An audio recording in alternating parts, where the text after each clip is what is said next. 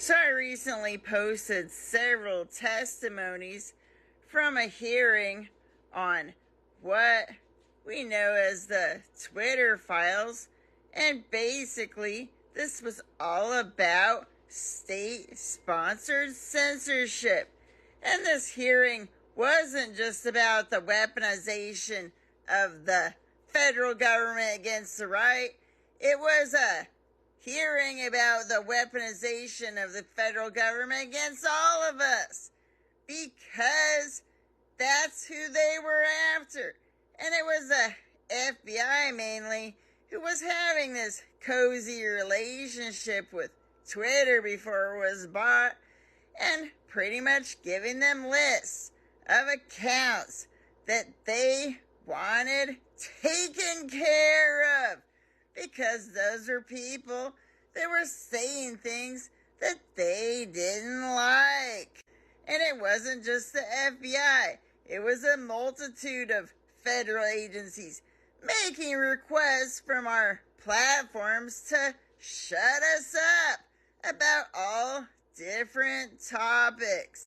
And since censorship these days always seems to be framed in this whole idea of they're combating hate or misinformation, it was kind of interesting to see just what they were considering to be something that they needed to take care of and make sure people weren't saying those things. And pretty much most of it had nothing to do with hate.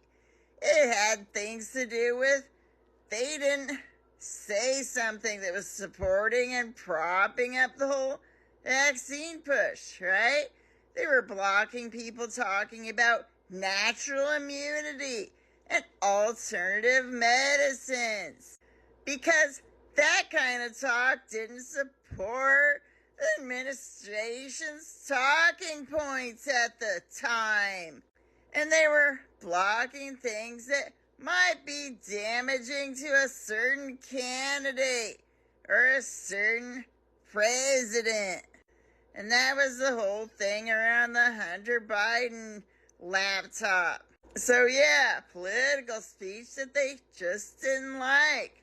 And something else they considered a threat was discussions coming out of the populist movement.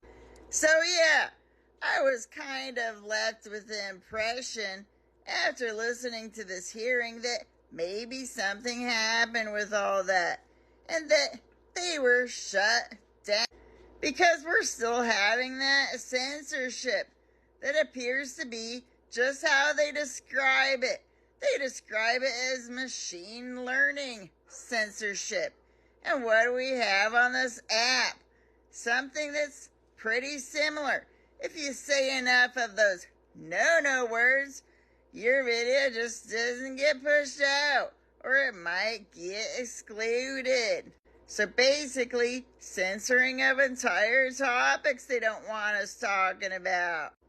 Then we have this thing where our politicians are getting up there and just straight up making threats to platforms about policing our speech, and basically pushing this whole thing to block hate speech, which they call discussing war crimes committed by people evidently we're not supposed to criticize. So yeah, the idea that they've resolved all of this state-sponsored criticism, I'm going to say is false.